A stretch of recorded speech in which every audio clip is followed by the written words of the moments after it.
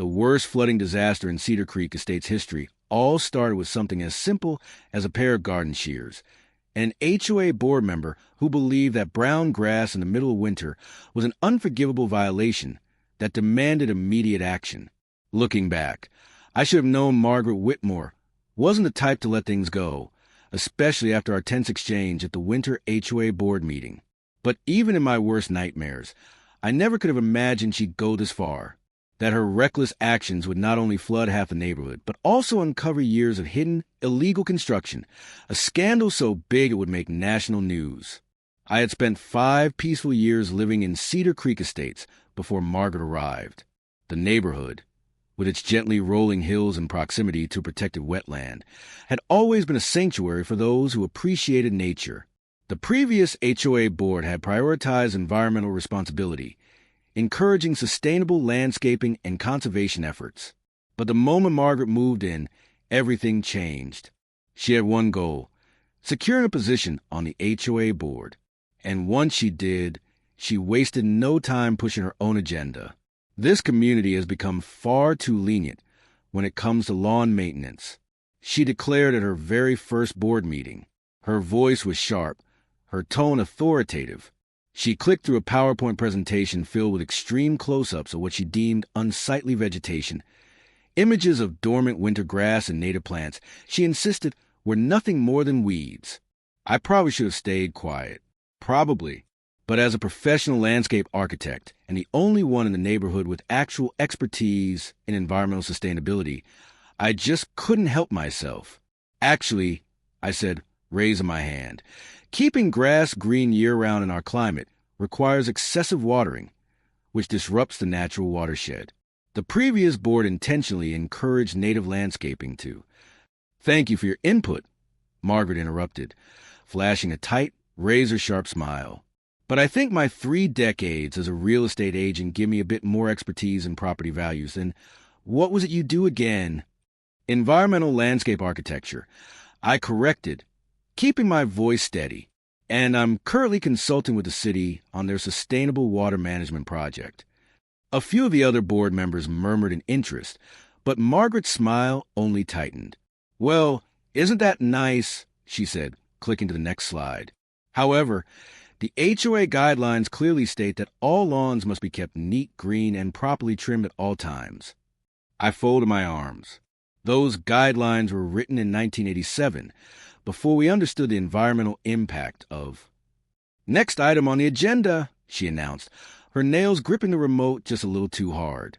At that moment, I realized I committed the ultimate crime in her eyes. I had challenged her authority. From that day on, a cold war of escalating violations and passive-aggressive battles began.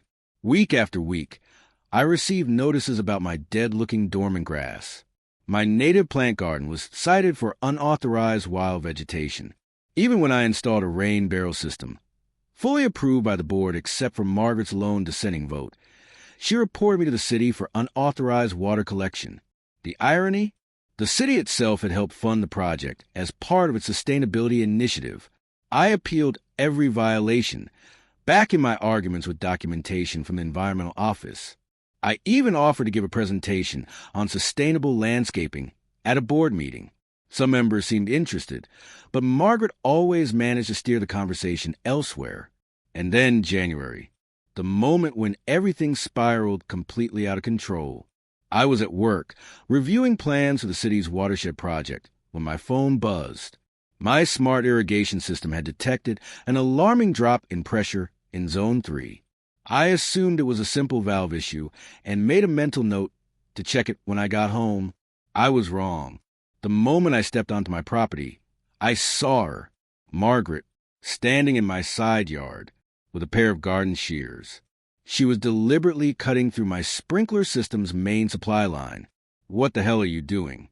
I shouted, sprinting across the lawn. Stop immediately. Margaret straightened, adjusting her blazer as if she hadn't just been caught red-handed destroying private property. Enforcing HOA regulations, she said crisply. Your system has been running outside approved hours. It's a smart system. I snapped, pulling out my phone and hitting record. It adjusts automatically to weather conditions. You have no right to damage my property. Margaret lifted her chin, waving a printed document at me. Article 7, Section 3, clearly states that the HOA may take corrective action for irrigation violations, she declared. I have documented 23 instances of your system running at unauthorized times. I clenched my jaw. Those weren't violations. They were optimized for water conservation. And corrective action means fines, not vandalism.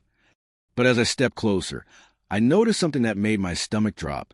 The ground around the cut pipes was already saturated. Water was pooling far too fast. And the worst part?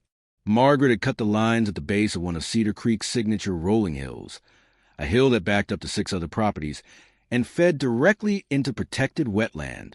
Margaret, I said slowly, trying to keep my voice calm, did you check the system pressure before cutting that line? She rolled her eyes.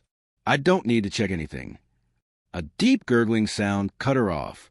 Water surged violently from the severed pipes. The smart system had shut down, but the main supply line was still under full city pressure. And now, it was flooding the hillside with unstoppable force. Call 911. I yelled, dialing the emergency utilities number. Now! And then, a deep, gut-wrenching rumble. A network of cracks spread to the hillside like lightning. The soil beneath our feet shifted. Margaret's face finally registered something close to fear. That's not supposed to. The ground collapsed. What started as a small slump turned into an avalanche of mud, fences snapping like twigs, trees tipping at dangerous angles. Water surged down the slope, carving deep trenches as it barreled toward the wetland. Margaret's garden shears were the first casualty, swallowed whole by the rising muck. And the worst part? None of us realized yet that this was just the beginning. What Margaret had just done wasn't just a landscaping disaster. It was a spark that would ignite an entire statewide investigation into decades of hidden fraud.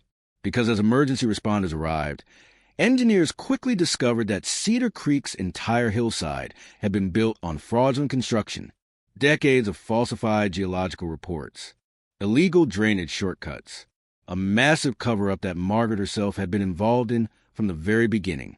And now, her name wasn't just on HOA violation notices. It was in the headlines of every major news outlet in the country. Continued